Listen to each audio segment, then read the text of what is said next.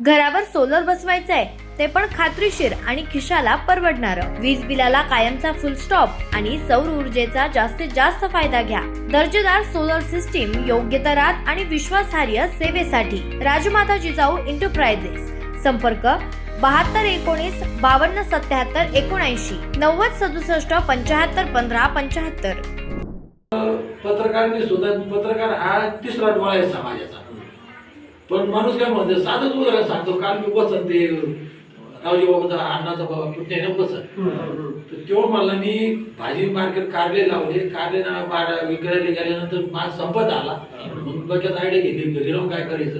जागा तर फिक्स होती बाजारात बसायची. 4च बाजार करतो 1.5-2 लाख रुपये कमावले 7-8 महिन्यात. सगळ्या स्टँडर्डचा माल घ्यायचो विकायचो. पण गावात नाही बसलो. बाहेर गावात का नाही बसलो. नमस्कार. आवाज जनतेचा या YouTube चॅनलवर आपण जो कार्यक्रम आयोजित केलेला आहे माझा गाव माझा कट्टा यावर चर्चा करण्यासाठी आज आपल्या गावातील माजी सैनिक आहेत त्यांच्याशी आपण काही चर्चा करणार आहोत. तर मी पहिल्यांदा त्यांना विचारतो की त्यांनी ओळख करून द्यावी आपली. सांगा सर. मी शंकर नामदेव गायकवाड. माझं नाव रँक नायक. मी आर्मीमध्ये 17 वर्ष सर्व्हिस केली आणि मी पूर्ण भारतच फिरलो आणि 17 वर्षामध्ये पूर्ण सर्व्हिस करून सही सलामत म्हणजे कुठलीही हानी न शरीराला हानी न होता मी घरी पोहोचलो आणि सध्या मी गावामध्ये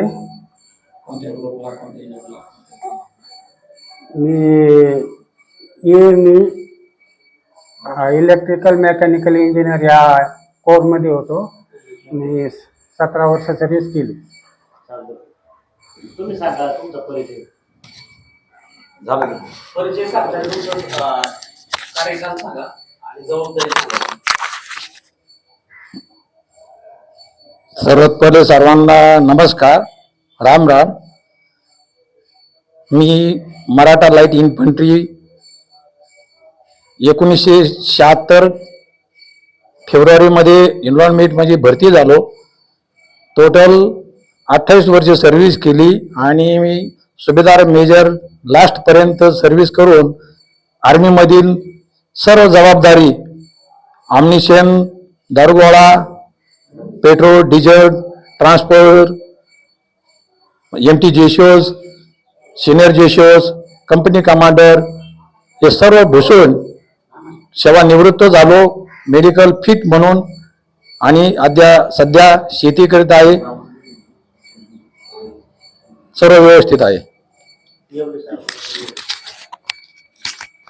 परिचय सांगा. नमस्कार. प्रथमतः मी आपणा सर्वांना शिवजयंतीच्या हार्दिक शुभेच्छा व्यक्त करतो. मी बाळकृष्ण गीताराम येवले, राहणार उंबरे. मी 1986 5 ऑगस्ट 1986 रोजी स्टाफ सिलेक्शनमध्ये सर्व्हिस केलेली आहे. 1986 ते 2003 जवळजवळ 18 वर्ष मी स्टाफमध्ये काम केलेलं आहे. त्या पिरियडमध्ये इंडियन आर्मीचे 4 जनरल बरोबर मी सर्व्हिस केलेली आहे. नमस्कार. मी सीताराम सुखदेव ढोकणे उमरे.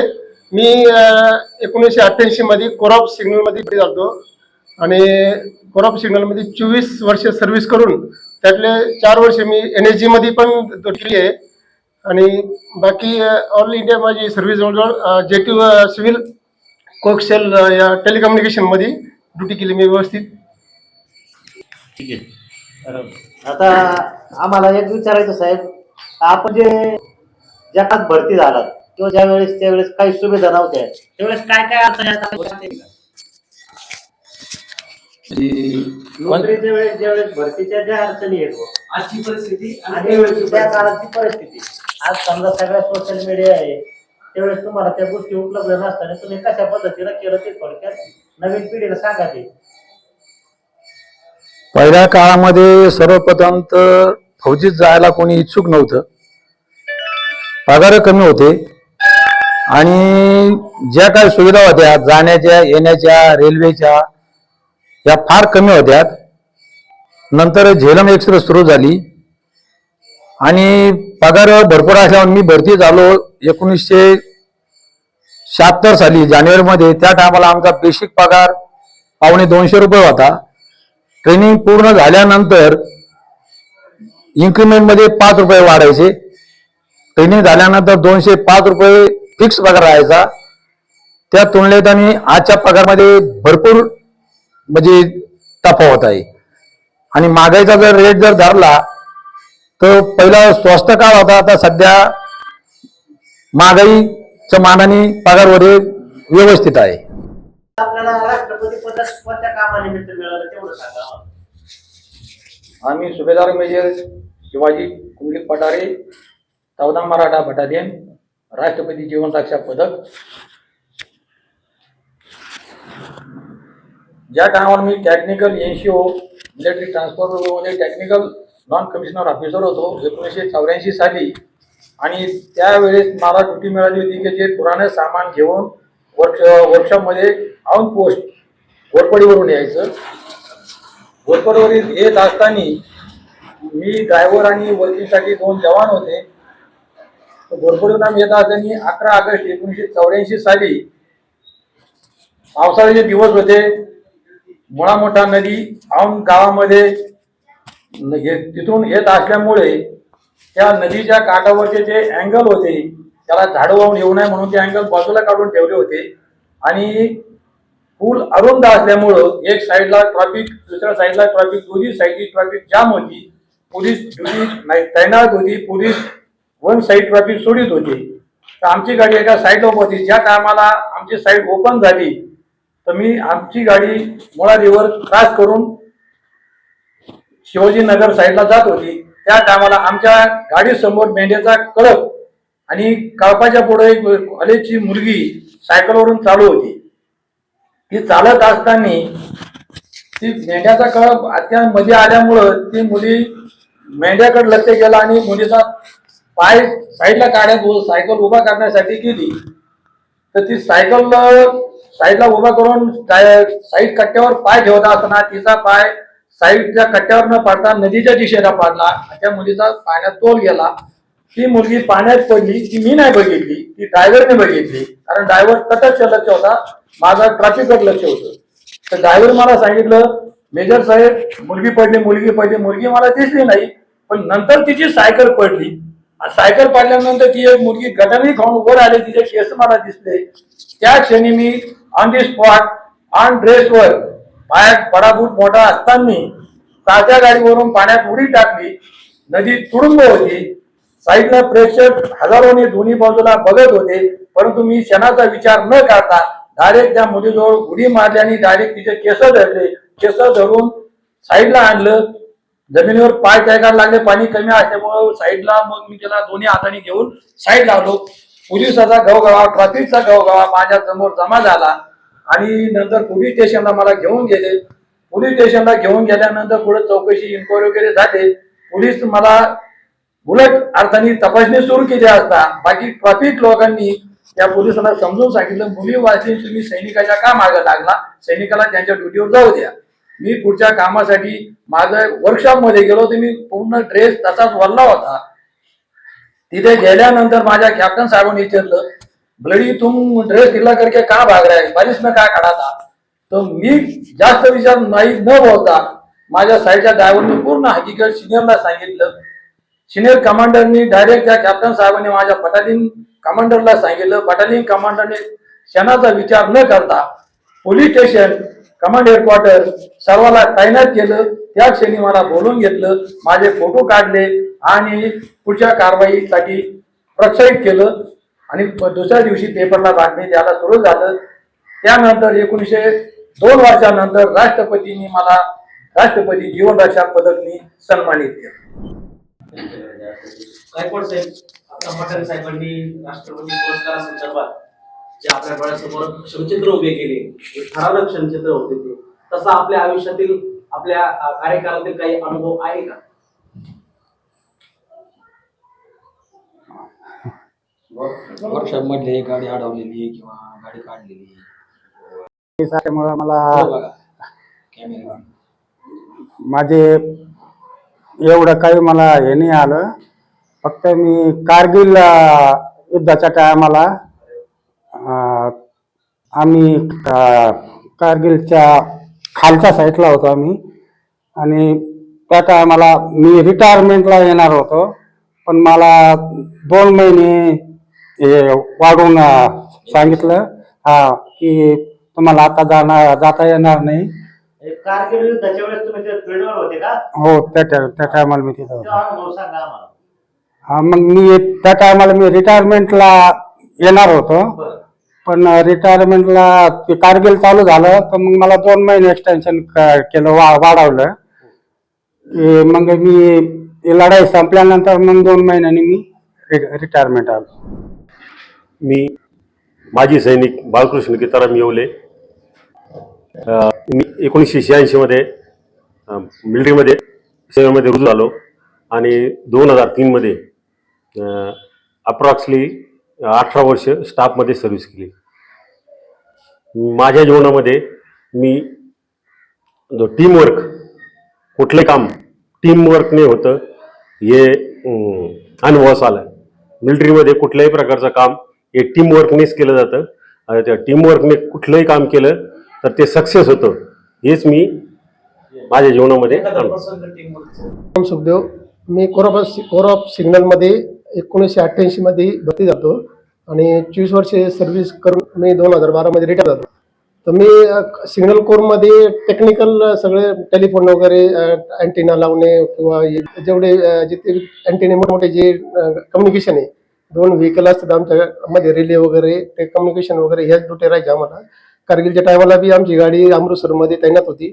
बाकी मी त्याच्यानंतर मला माझे सिलेक्शन झालं NSG मध्ये. मी 3-4 वर्ष होतो त्या NSG मध्ये, नॅशनल सिक्युरिटी गार्डमध्ये. त्या टायमाला ज्या टायमाला आपले बॉम्बे काढ जातात ना, त्या टायमाला मी NSG मध्येच होतो आणि NSG मध्ये बी भरपूर अनुभव आला मला. तिथं बी खडतर ट्रेनिंग राहते, एकदम रफ ट्रेनिंग, टफ म्हणतात ना, टफ ट्रेनिंग राहते एकदम. ती ट्रेनिंग बी मी केली NSG मध्ये आणि एकदम सुखरूप रिटायरमेंट वगैरे व्यवस्थित झालं. आता मी शेती वगैरे करतो आणि मी पुढंच नोकरीला, जॉबला वगैरे काही नंतर हे नाही केलं, ऍप्लिकेशन वगैरे कुठे दिलं नाही. मला आता आपण देशाची सेवा केली, आता गावाकरता काय करण्याची इच्छा आहे तुमची? गावाकरता सेवा करण्याची काय अपेक्षा आहे? आता नवीन पिढीला काय सांगू शकता तुम्ही? आम्ही देशामध्ये 24 वर्ष, आम्ही समजा 24 वर्ष सर्व्हिस केली, पण ते ज्या टायमाला आम्ही भरती झालो त्या टायमाचं सिच्युएशन आणि आताच्या सिच्युएशन मध्ये बराच लई फरक आहे. त्या टायमाला पत्र व्यवहार होतं, ते 3-3 महिने आम्हाला पत्र भेटत नव्हते. आता जे नवीन मुलांना आता मोबाईल म्हणजे लहानपणापासूनच मोबाईल आहे, मीडियामुळे आणि डिजिटल युग आहे सध्या. त्याच्यामुळे आता एवढा प्रॉब्लेम नाही येत. आता ऑनलाईन काय फेसबुक वगैरे लोकांना चालूच राहते. भरती संदर्भामध्ये अडचणी येत नाही, काही नाही त्यांना, आणि सगळं ऑनलाईन माहिती होऊन जाते. त्याच्यामुळे आता एवढं प्रॉब्लेम नाही आहे. आणि अग्निवीर योजना चांगलीच आहे. अग्निवीर योजनेमुळे दोन्ही कामं साध्य होतात. गावातल्या तरुण मुलांना तुम्ही काय प्रशिक्षित करा? आता आम्ही त्या टायमाला आम्ही पाठापाठाने पळत होतो, रनिंग करायचं. म्हणजे एक इंडिव्हिज्युअलच्या आतून बी हे व्हायला पाहिजे, पळायचे का, म्हणजे भरती व्हायचं ना आपल्याला, ती जिद्द पाहिजे. तर आम्ही पाठाने सकाळी दररोज पळायचो. म्हणजे ते एक हे आलं पाहिजे माणसाला. किती सालचं काळ होतं? 1988, 87-88 मी 88 भरती झालो आणि कोरॉप सिग्नल मध्ये टेक्निकल मध्ये भरती झालो मी. आणि टेक्निकल मध्ये चांगले जॉब वगैरे मला कोक्सेल सिव्हिल जे टावर वगैरे आपले पाहतो आपण, जे BSNL त्या टायमाला आमचे कोरॉप सिग्नलचे रिटायर झाल्यानंतर BSNL मध्ये घेत होते त्यांना. पण आता ते BSNL वगैरे गावातले नवीन तरुण नवीन मुलांना हे सांगू इच्छितो सरकार. आता जे नवीन ज्यांना इच्छुक आहे, जे भरती वगैरे, त्यांना आम्ही मार्गदर्शन करू शकतो. त्यांनी आमचे संपर्क जरी साधला, पण तरी पण फिजिकली फिट स्वतः असलं पाहिजे माणसांनी.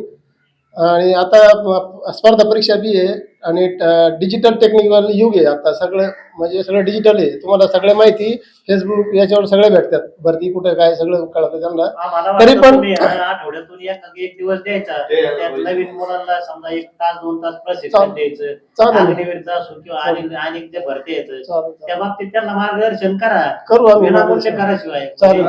तरुण आम्ही पिढीला आम्ही काय तयार आहे. म्हणतात? आम्ही जेवढे पण माझी सैनिक आहे उमऱ्यात, आम्ही तयार आहे. आता तुम्ही सर्वजण एकत्र येऊन आहे ना, आज शिवजयंतीचं निमित्त आहे, त्या निमित्त एक काहीतरी योजना करा गावाकरता. चालेल. आम्ही तरुण पिढी करता काय करू शकतो, पठारे साहेब सांगा बरं. मी सुभेदार मेजर शिवाजी पठारे. मी 1976 साली भरती झालो आणि 2004 साली रिटायरमेंट झालो. टोटल 28 वर्ष सर्व्हिस केली. भरतीच्या अगोदर आमचे वडील पण मिलिटरीमध्येच होते. माझं शरीर प्रकृती बघून आमचे वडील सांगत असे की हा मुलगा पक्का मिलिटरीचाच लायक आहे. मी ब्राह्मणी हायस्कूलला होतो. 8वी 9वी आणि 10वी 11वी बांबडे हायस्कूलला होतो. दररोज पायी जाणे, पायी येणे, पण मी वडिलांचे पायात बडे बूट म्हणजे मोठा बूट घालून रनिंग करायचो. 1-1 किलोमीटर 2-2 किलोमीटर प्रॅक्टिस चालूच ठेवली. तर ह्या नवीन पिढीने मेजर साहेब आज वय किती आहे तुमचं? आज माझं 69 वय रनिंग चालू आहे. आणि आजारी आजार एक कसली गोळी नाहीये. दात फिट आहे, शरीर फिट आहे. आज बी मी हिऱ्याची गोणी मटरेची गोणी घेऊन स्वतः उचलून स्वतः खांद्यावर कोणत्याही ठिकाणी चालू शकतो. कोणताही मला आजार किंवा त्रास नाही. वय असताना तुम्ही एवढे फिट आहेत, ते फिटनेसचा काहीतरी गावाकरता उपयोग करा, योगा शिकवा. गावाकरता जे नवीन मुलं आहेत ना, तरुण पिढी आहे, ती निर्व्यसनी कशी राहतील याकरता काहीतरी मदत करा ना तुम्ही. नवीन पिढीला मी एकच आवाहन करू शकतो की आपण जर दूध प्यालो तर आपल्याला दारू पिण्याची सवय लागणार नाही. आपण जर गोड खाल्लं तर आपण आंबट खाणार नाही. तर आपण जर दररोज नियमित व्यायाम जर केला तर आपल्याला कोणतीही व्यसन लागण्याची सवय लागणार नाही आणि व्यसनापासून आपापच निर्व्यसन होऊ. कोणत्याही कारणामुळे दररोज माणसांनी प्रत्येक शरीर प्रत्येक अवयव हे कामामध्ये ठेवलं पाहिजे आणि काम हमेशा केलं पाहिजे, व्यायाम केला पाहिजे. जेवढी नवीन पिढी आहे त्या पिढीने जगासाठी, देशासाठी, समाजासाठी न काही करता स्वतःसाठी स्वतःचं शरीर जर मेंटेनन्स ठेवलं तर जगासाठी ऑटोमॅटिक, परिवारासाठी ऑटोमॅटिक ते कामं येणार. तर हे सर्वांनी पाळायला पाहिजे आणि स्वतः मेंटेनन्स शरीर कसं ठेवायचं, दारूपासून कोणत्या व्यसनापासून. हे गुटखा खातात, तोंड साडतात, दारू पितात, व्यसनाधीन होतात.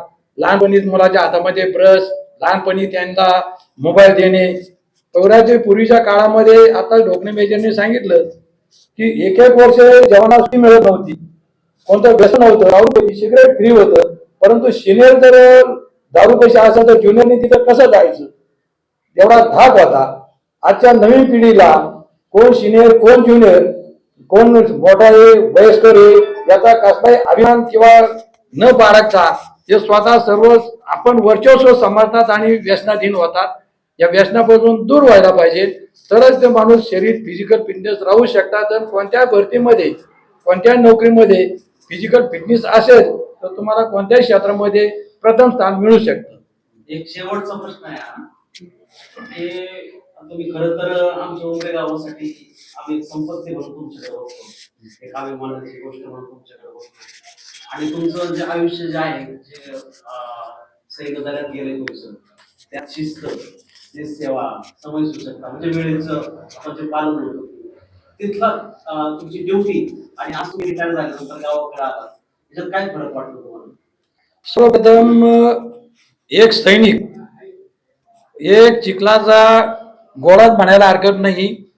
त्याला घडवायला टाकीचे गाव सोडल्याशिवाय देव पण येत नाही. तसं एक सैनिक एक शिस्तबद्ध असतो, नियमबद्ध असतो, कायद्याचं पालन करणारा असतो. आणि सिव्हिलमध्ये सर्व काही लाबाडीवर जग चालतं. तर एक सैनिक देशासाठी काही करू शकतो, तो मग कोणत्याही क्षेत्रामध्ये असो आणि कोणत्याही त्याला काम निष्कृत कोणत्या पद्धतीचं दिलं तर कोणत्याही क्षेत्रात तो कोणत्याही ठिकाणी गैरहजर राहत नसतो. तर मी एक नवीन पिढीला एक आवाहन करतो, या माजी सैनिकाचा तुम्ही फक्त बैलपोळ्यापुरतं 15 ऑगस्ट 26 जानेवारी ड्रेस घालून बोलवणं, त्यांचा सत्कार करणं, त्यांचा सन्मान करणं, ही परंपरा तुम्ही चालू ठेवता ते चांगलं आहे, मान सन्मान देतात.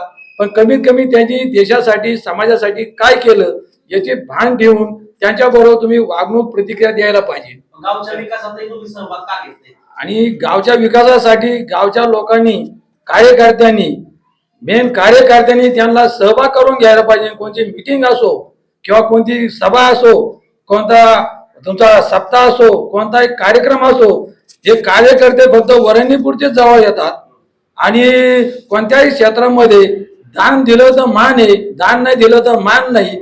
तर त्याच्यासाठी तुम्ही जर एखादा गरीब असेल त्याला देऊ शकत नाही काही कारणास्तव, पण तुम्ही पैशाकडे न बघता तुम्ही त्या देश सेवेकडे बघून त्याचा मान सन्मान करायला पाहिजे, हेच मी सांगू इच्छितो. आणि नवीन पिढीने मान सन्मान हा आयुष्यभर टिकत नसतो. नवीन पिढीने यांच्या पुराण्या माणसाकडून काय अनुभव घ्यायचे हे होऊन त्यांनी त्यांच्याकडून ज्ञान घ्यायला पाहिजे. भरतीसाठी काय लागतं, कोणतं काय कागद करावं लागतात, कुठं अर्ज द्यावा लागतात, तर हे सर्व त्यांच्याकडून गाठी भेटी घेणं काळाची गरज आहे. आणि जुन्या माणसाला भेटणं अत्यंत महत्वाचं आहे. आपलं गावाकरता काय योगदान आहे आता इथून भविष्यात काय करणार आहे तुम्ही गावाकरता? गावाकरता गावाने जर आम्हाला कोणत्याही जबाबदारी दिली तर माझी सैनिक कोणत्याही क्षेत्रामध्ये, तुमचं छत्रपती प्रतिष्ठान असू द्या, ग्रामपंचायत असू द्या, सोसायटी असू द्या, कोणता कार्यक्रम असू द्या, त्या कामामध्ये आपण तन मन धनाने कोणत्याही क्षेत्रात व्यायाम असो किंवा तुमचा योगा असो, दररोज सकाळी नियमितप्रमाणे जर टीम वर्क असेल तर जवान असो, बुड्ढा असो, लेडीज असो, जेंट्स असो, एक स्थान नियुक्त करून त्या ठिकाणी आपण व्यायाम कवायत वगैरे सुरू करू शकतो. किंवा कोणत्याही कामामध्ये आम्हाला दिलेल्या जबाबदाऱ्या, कोणताही माजी सैनिक पूर्ण गावचा सर्व आम्ही सहकार्य, जरी एक नाही आला तर दुसरा सहकार्य करून तुम्हाला हमेशा समाजसेवेसाठी सत्कर्म कार्य करीत राहू. समाजसेवेसोबत काही राजकारणात काही काम करण्याची इच्छा आहे? आता आम्ही देश सेवा केलेली आहे, तर सगळ्या जगाला सुधारायचं म्हटलं तर जशी जबाबदारी देऊ, समोरच्याने जर मानपान दिला तर आम्ही समाजासाठी सुद्धा काही करू शकतो. आणि समोरच्याने जर हाणून पाडायचा प्रयत्न केला, आम्ही त्याच्यापासून 10 फूट नाही 100 फूट दूर जाऊ, याच्यात काही शंका नाही. सैनिकात दूर जाण्यापेक्षा तुम्ही समोर जाऊ शकत नाही, सामोरं जाऊ शकत. समोर जायला कायदा व्यवस्था साथ पाहिजे आणि त्या कायद्यासाठी आपला परपंचाची माती करून या समाजासाठी जायचं म्हटलं म्हणजे त्याच्यात अडथळे आणणारे एक नाही 100 जण असतात. सैनिकाकडे पाहायचं म्हटलं तर भ्रष्टाचार विरोधी स्वच्छ प्रतिमा म्हणून पाहिलं जातं. आणि आजच्या तरुणांची तर खरी अपेक्षा अशी आहे तर तुमच्यासारख्या लोकांनी गावच्या विकासात, गावच्या राजकारणात कुठेतरी सहभागी झालं पाहिजे. तुमचं योगदान गावासाठी, तुमची बुद्धिमत्ता, तुमची शिस्त असेल, तुमचे जे काही सैनिक दलातले गुण असतील ते गावच्या विकासासाठी कुठेतरी राबवले पाहिजे अशी अपेक्षा आहे सर्वसामान्यांची. तर त्याबद्दल काय सांगतात गायकवाड साहेब, तुम्ही सांगा.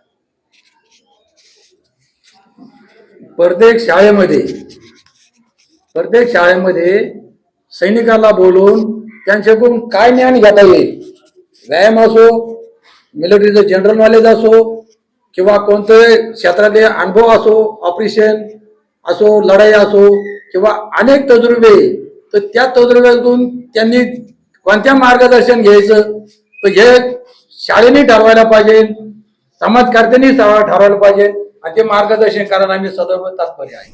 सैनिक संघटनेतर्फे शिवप्रतिष्ठानतर्फे आपण गावकऱ्यांना आवाहन करतो की आपले गाव उंबरे गाव zero bill electricity zero bill करण्याची इच्छा व्यक्त करतो. सौर ऊर्जेवर करायचं गाव, संपूर्ण गाव सौर ऊर्जा. संपूर्ण गाव त्याकरता काय सहकार्याला घंटे करण्याची तयारी तुमची?